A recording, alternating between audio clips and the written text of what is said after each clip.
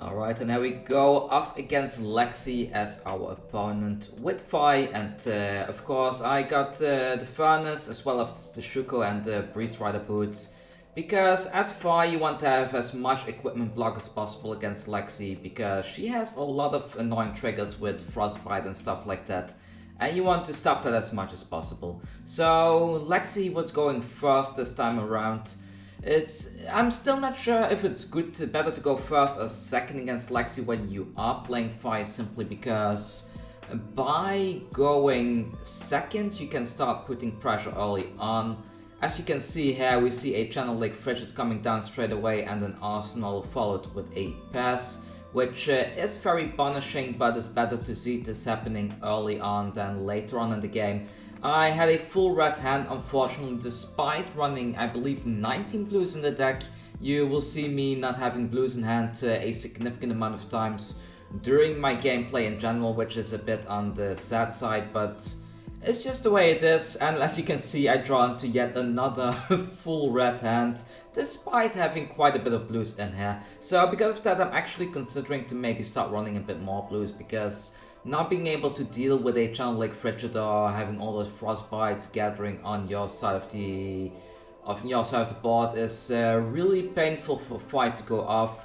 Against things like Lexi, you of course also have things like the sleep dart that we see coming down right here. This one turns off Fi's hero ability completely. Not really a huge deal. You're fine, especially in the beginning, to not really go in with your Phoenix Flame. Only becomes important in the late game where you want to have your big payoffs with your Phoenix forms and your rise ups and stuff like that. So for the most part, I just decided to take damage that I can take, and in the hopes that the Channel Lake Frigid in this case doesn't really stick around. Because if it does, then taking that damage there is kind of a misplay and we should have blocked. But they didn't block, they didn't pitch an Ice Guard to go in with in the beginning, so I assumed it should have been fine at this point of time.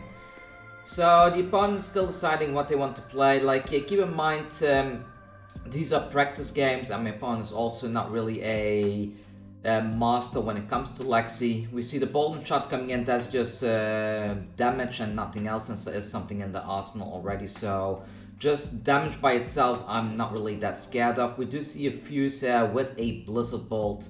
I decide to fully block it with the equipment, and this is why you need the equipment, because I want to have my full turn. I don't want to deal with any kind of frostbite or anything like that.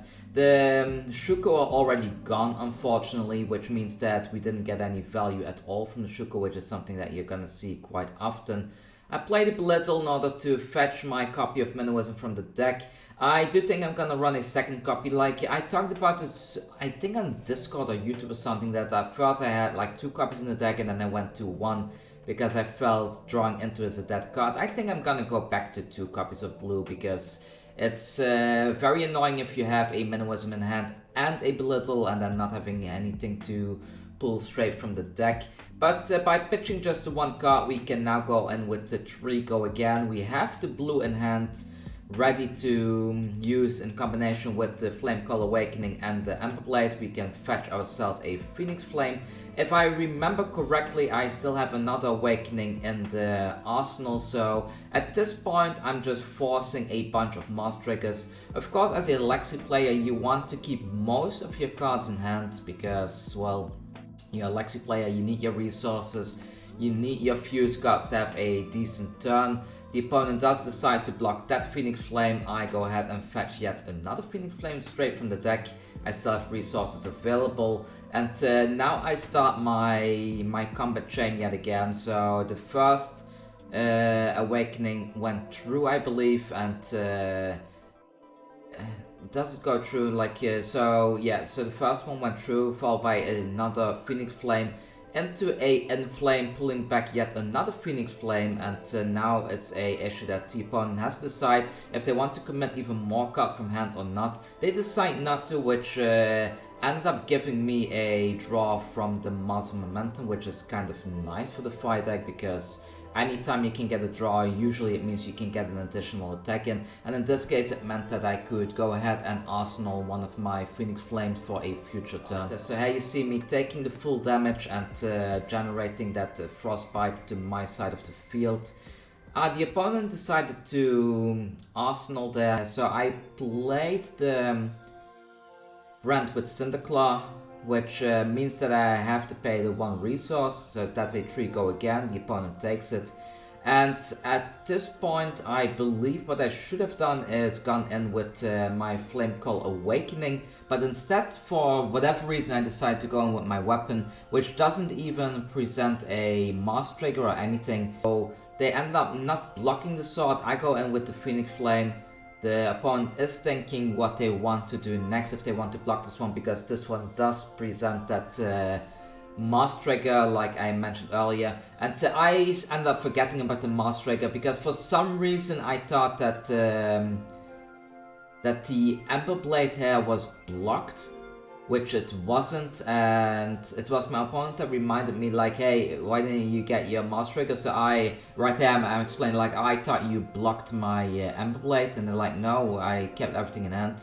So we went back a little bit to the last legal position, so this one was in the graveyard, and the 1 Phoenix Flame hit, which meant that I had gotten a Master Trigger right there, which drew into a Belittle. And I did change my game plan a little bit because like so I was able to pitch the Flame Call Awakening that otherwise I wouldn't be using anyways, in order to reveal the Lava Burst and fetch myself that Minnowism.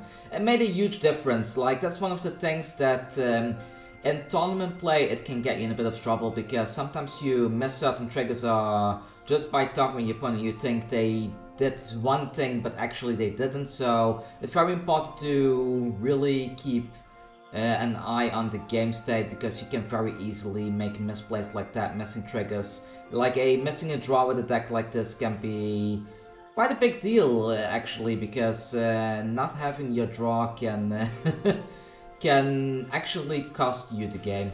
But we have quite a head start. Of course, Lexi had a lot of bad luck. They didn't really manage to get much in terms of Frostbite and discard effects shot our way, which is, I'm gonna be honest there, if you play Fi, you kind of want to high roll the opponent a little bit. Of course, we have the benefit that we can close out the games rather fast, which means that, generally speaking, you can raise the opponent to a position that they have to stop blocking, and that turns become a lot less efficient, which is rather nice on the one hand. But the other hand, it does mean that if you lose a dice roll and if the opponent starts high rolling you with a Lexi deck, then you can get in quite a bit of trouble, because once you start discarding and once you have all those Frostbites stacking up on your side of the field, it's very hard to make a comeback.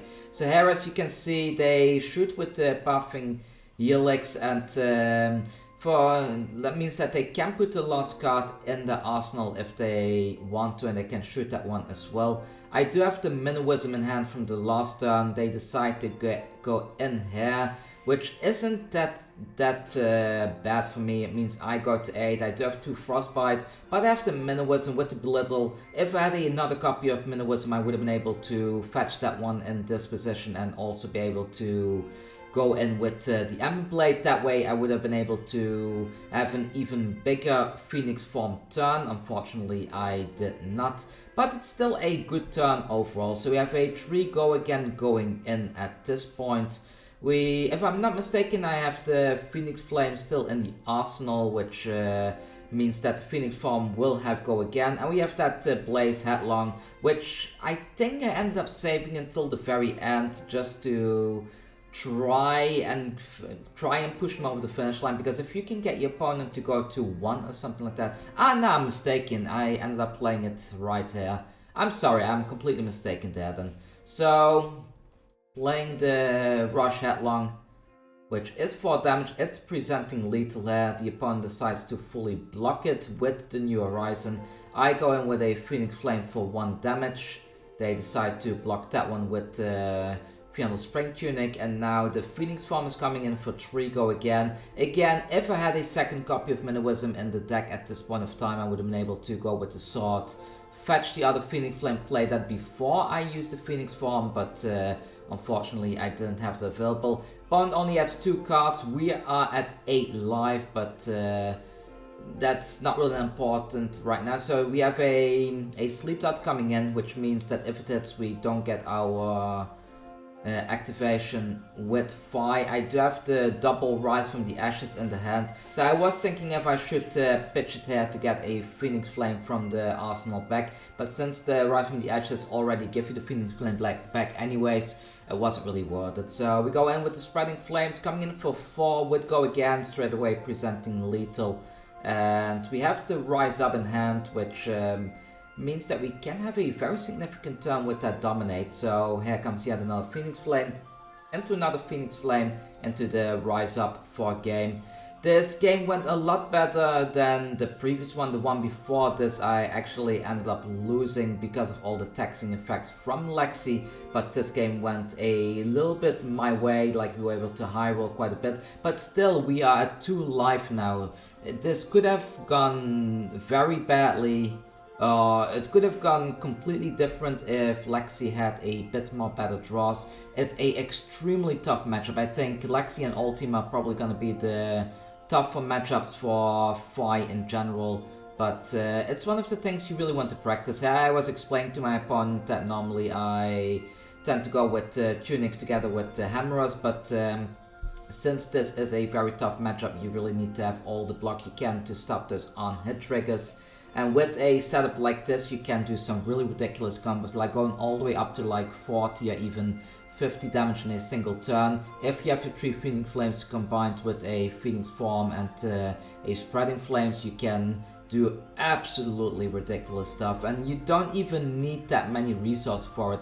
Like if you have a blue, it's even better because you can even weave a what do you call it, a Searing Ember Blade in between, but you don't even need the Ember Blade in order to have like a huge turn with the Amarus, which is something to keep in mind. But yeah, this concludes game number 1 that I wanted to record. I want to start off on a good note. I have the losing footage as well, but I will go on and narrate that one of the following days, so you can show what happens if you don't high roll a Lexi player and when things do not go your way. So keep an eye out for that. But Phi is a really fun deck. It's surprisingly strong, but it's very high risk, high reward, I have to say, and not sure if that's gonna be top tier in the current meta, but we've seen things like Redliner Briar perform well as well, so you never know. Like sometimes going the full-on aggro plan can be enough to really finish the games out fast enough before the real setup